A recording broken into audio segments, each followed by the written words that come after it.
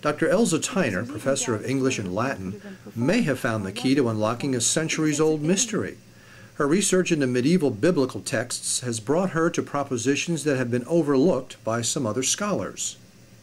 The unfolding of the mystery began while she was a visiting scholar at the Pontifical Institute in Medieval Studies in Toronto, and continued while she was a participant in a rhetoric symposium this past summer at the Center for Medieval and Renaissance Studies at Oxford University. She was one of only 20 academics worldwide selected to attend the symposium. A study of the fall of the angels legend in medieval Latin texts. Why? Because the first play in the York cycle and in the other 3 collections of biblical plays, they all begin with the fall of the angels. And not enough is known about where they got it. So I have been hacking away at this problem for years and decided to put together a paper on where is the fall of the angels discussed in medieval texts. So I was doing that, and then Thomas Meacham, a graduate student at the City University of New York, and Alexandra Johnston at the University of Toronto, she's the director of the Records of Early English Drama, said to me, why don't you have a look at Thomas Chandler's play In Defense of Human Nature in Every State? It was written in the late 15th century. I got the edition, I looked at the play, I looked at the opening lines, and there is God talking about the fall of the angels and lamenting that that Lucifer and the bad angels fell. And I said, oh. And then I looked at the Latin. And that's when I realized where it came from. I knew the source because I'd been working on the other project on the texts. And there I saw a correlation between Vincent de Beauvais, Speculum Historiale, or Historical Mirror, and God's lines in the play. And I proposed to give a talk on the Thomas Chandler at Leeds, at the International Medieval Congress in the summer of 2012. And so I had been working on that paper. And while I was working on the paper, I looked at the illustrations, and I came across some scholarship that said the illustrations, we're not sure what they represent, whether it's a real space or whether they are just imaginary.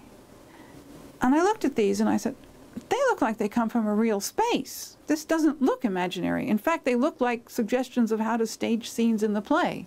I started to work on that. Where did the drawings come from? Who made them? What do we know about drawings in other texts that Thomas Chandler had? What if these drawings represent the playing space for the play? Because there's even doubt as to whether the play could have been performed or was ever performed, because it was dedicated to the Bishop of Bath and Wells as a gift. So is it just a commemorative piece? But Thomas Chandler had been warden of New College at Oxford. He became the chancellor of the university. And while he was chancellor of the university, he also was chancellor of Wells Cathedral.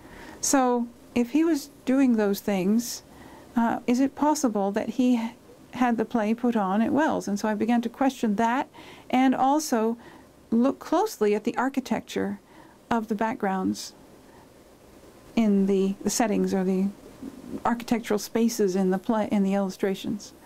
The architectural spaces in the illustrations, to me, look very similar to what I was able to find in Oxford. But when I got to Oxford, I said, okay, I'm here. Let me go to New College and take a look.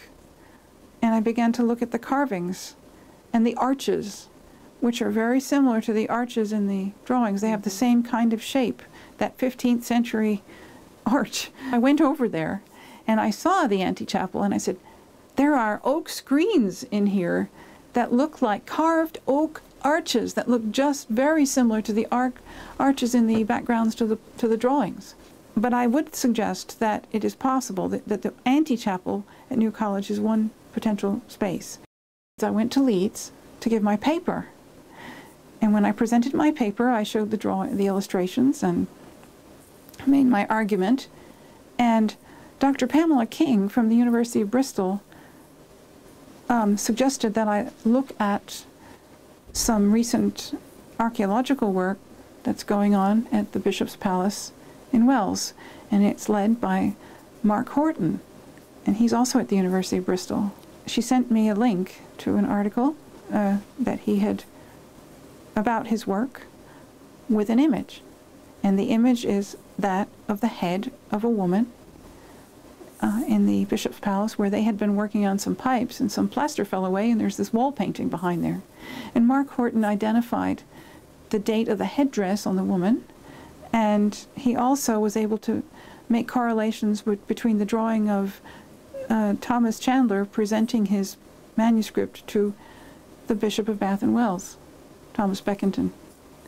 So I saw that and I thought, oh, and I went back and I looked at the head of some of the women characters in the play and the drawings, and lo and behold, I was able to make almost a perfect parallel with one of the characters.